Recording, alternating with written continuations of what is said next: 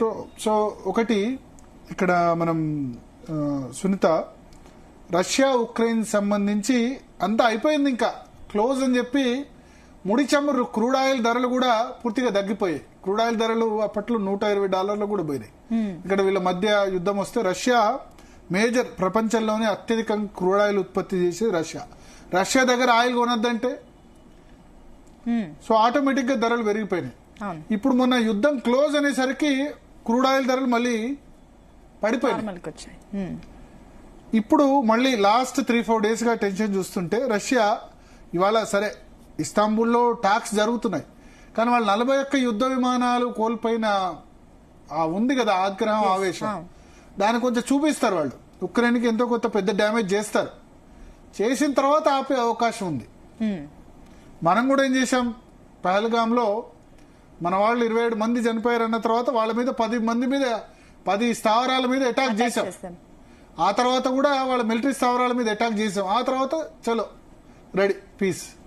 ఇక్కడ మన వైపు నుంచి పెద్దగా నష్టం జరగకూడదు. మన వైపు నుంచి ఎక్కడ నష్టం జరిగిందంటే కశ్మీర్ లో క్రాస్ బార్డర్ ఫైరింగ్, పూంచ్ గానీ ఆ సెక్టార్స్ లో మన దగ్గర నష్టం జరిగింది.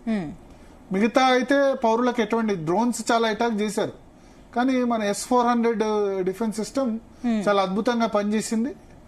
దాని నుంచి ఆ డ్రోన్స్ అటాక్ వల్ల మనకు ఎటువంటి నష్టం వాటి లేకుండా ఉంది. సరే పోతే విమానం పోయిందేమో, కానీ మనుషులు అయితే సేఫ్ గా వచ్చారు. అక్కడ పౌరులకు నష్టం వాటిని ఒక 5-6 మిలిటరీ పర్సన్స్ చనిపోయారు మన దగ్గర, లాన్స్ నాయక్, మురళీ నాయక్ గాని. కానీ వాళ్ళ వైపు వాళ్ళ లోపలికి వెళ్లి 10 చోట్ల మనం కొట్టగలిగాం కదా. అయిన తర్వాత పీస్ అంటే చలో రెడీ అయిపోయి, అంటే మేము మీకు దెబ్బ కొట్టగలం అని చూపించాం. సో ఇప్పుడు రష్యా కూడా ఏంటంటే వాళ్ళు 41 యుద్ధ విమానాలని ధ్వంసం చేసిన తర్వాత వాళ్ళంత ఈజీగా ఇవాళే పీస్ అని ఒప్పుకోరు. కొంత పెద్ద దెబ్బనే కొడతారు ఉక్రెయిన్. కొట్టిన తర్వాత ఓకే అనొచ్చు మేబీ, అంటే ఇప్పుడు అనవసర యుద్ధం దాకా పోరు. ఎందుకంటే అనవసర యుద్ధం చేస్తే గనక ఎట్లా హిరోషిమా నాగసాకి ఎట్లా అయిందో మనం చూసాం కదా. సో రష్యా మీద నాటో దళాలు వాళ్ళు కూడా అటాక్ చేసే అవకాశం ఉంటుంది.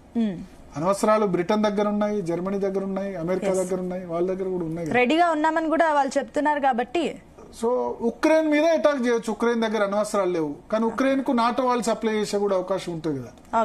సో అందుకని ఇక్కడ ఇదైతే ఇవాళ ఇమ్మీడియట్ గా అయితే శాంతి చర్చలులో ఏదో జరుగుతుందని అనుకోలేం. బట్ రష్యా మేజర్ గా అటాక్ చేసిన తర్వాత మేబీ రష్యా కూడా రియలైజ్ కావచ్చు, ఉక్రెయిన్ మన మీద ఇంత పెద్ద అటాక్ చేసింది కదా, కాపేద్దామని అనుకోవచ్చు.